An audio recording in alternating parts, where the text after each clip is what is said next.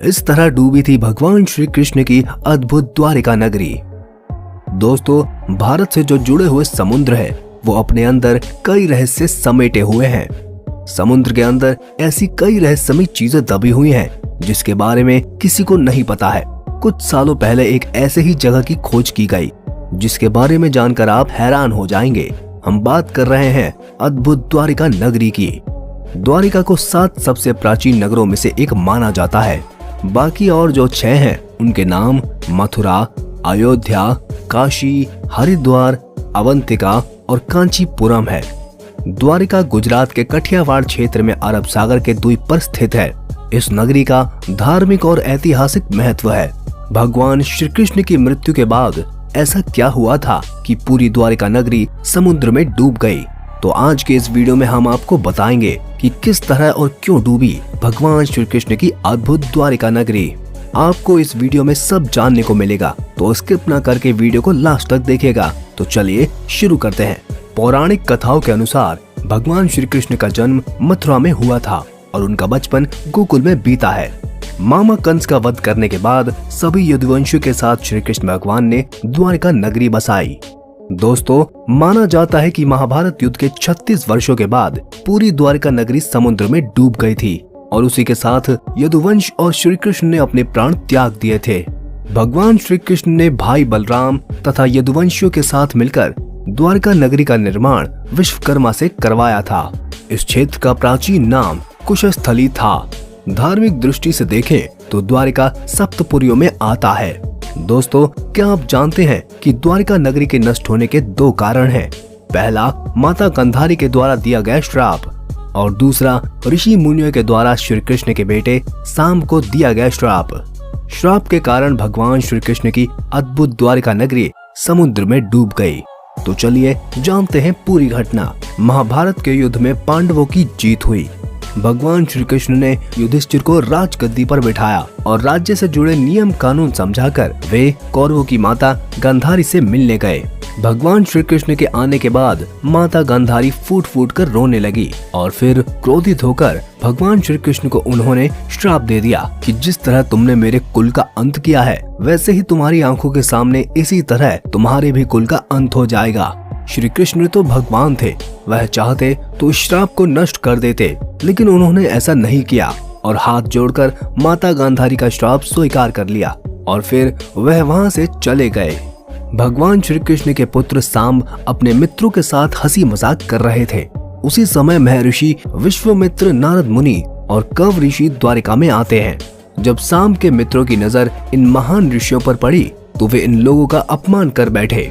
इन्होंने सांब को एक महिला के वेश में तैयार किया और महर्षि विश्वामित्र तथा कव ऋषि के सामने पहुंचकर उनसे बोले, यह स्त्री गर्भवती है, आप देखकर बताएं कि इसके गर्भ में क्या उत्पन्न होगा।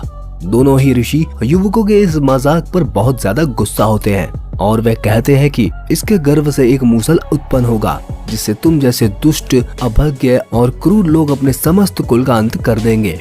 भगवान श्री कृष्ण और बलराम के सिवा सभी लोगों पर मूसल का प्रभाव पड़ेगा। इस घटना का पता चलते ही श्री कृष्ण ने बोला कि यह ऋषि से मिला हुआ श्राप है जो कि जरूर सत्य होगा और अगले ही दिन भगवान श्री कृष्ण के बेटे सांब ने एक मूसल उत्पन्न किया। ये खबर सुनते ही राजा उग्रसेन ने मूसल को समुद्र के बीचों बीच फिकवा दिया। साथ ही भगवान श्री कृष्ण ने नगर में घोषणा कर दी कि अब कोई भी नगरवासी अपने घर में मंदिर नहीं बनाएगा, क्योंकि भगवान श्री कृष्ण नहीं चाहते थे कि उनके कुल के लोग और संबंधी मंदिर में नशे और कई अनुचित व्यवहार पर परिवार सहित एक दूसरे का नाश कर बैठे, क्योंकि ऋषियों का शाप तो सच होना ही था।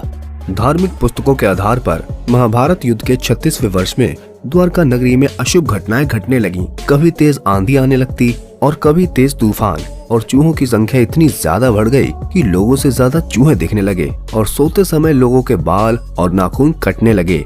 पूरी द्वारका नगरी में अजीब सी घटनाएं घटने लगी। गाय के पेट में गधे और कुत्ते के पेट में बिल्लियां और नेवले के पेट में चूहे पैदा होने लगे। जब भगवान श्री कृष्ण ने देखा कि ये अजीब सी घटनाएं होने लगी तो उन्होंने सोचा कि कौरव की माता गांधारी के द्वारा दिए गए शाप का समय आ चुका है। फिर क्या, भगवान श्री कृष्ण ने ये सब देखते हुए सभी यदुवंशी पुरुषों को तीर्थ पर जाने के लिए कहा। इस पर सभी लोग द्वारका नगरी से तीर्थ के लिए निकल गए और फिर सभी यदुवंशी समुद्र के किनारे निवास करने लगे। प्रभास क्षेत्र में आने पर विश्राम के दौरान किसी बात पर ये लोग आपस में भिड़ गए। ये बहसबाजी झगड़े में बदली और झगड़ा मारपीट में बदल गया। इस दौरान ऋषियों का श्राप इस रूप में सत्य हुआ कि सांब ने जिस मूसल को उत्पन्न किया था उसके प्रभाव से प्रभास क्षेत्र में खड़ी एरका घास को लड़ाई के दौरान जो भी उखाड़ता वो एरका घास मूसल में बदल जाती थी।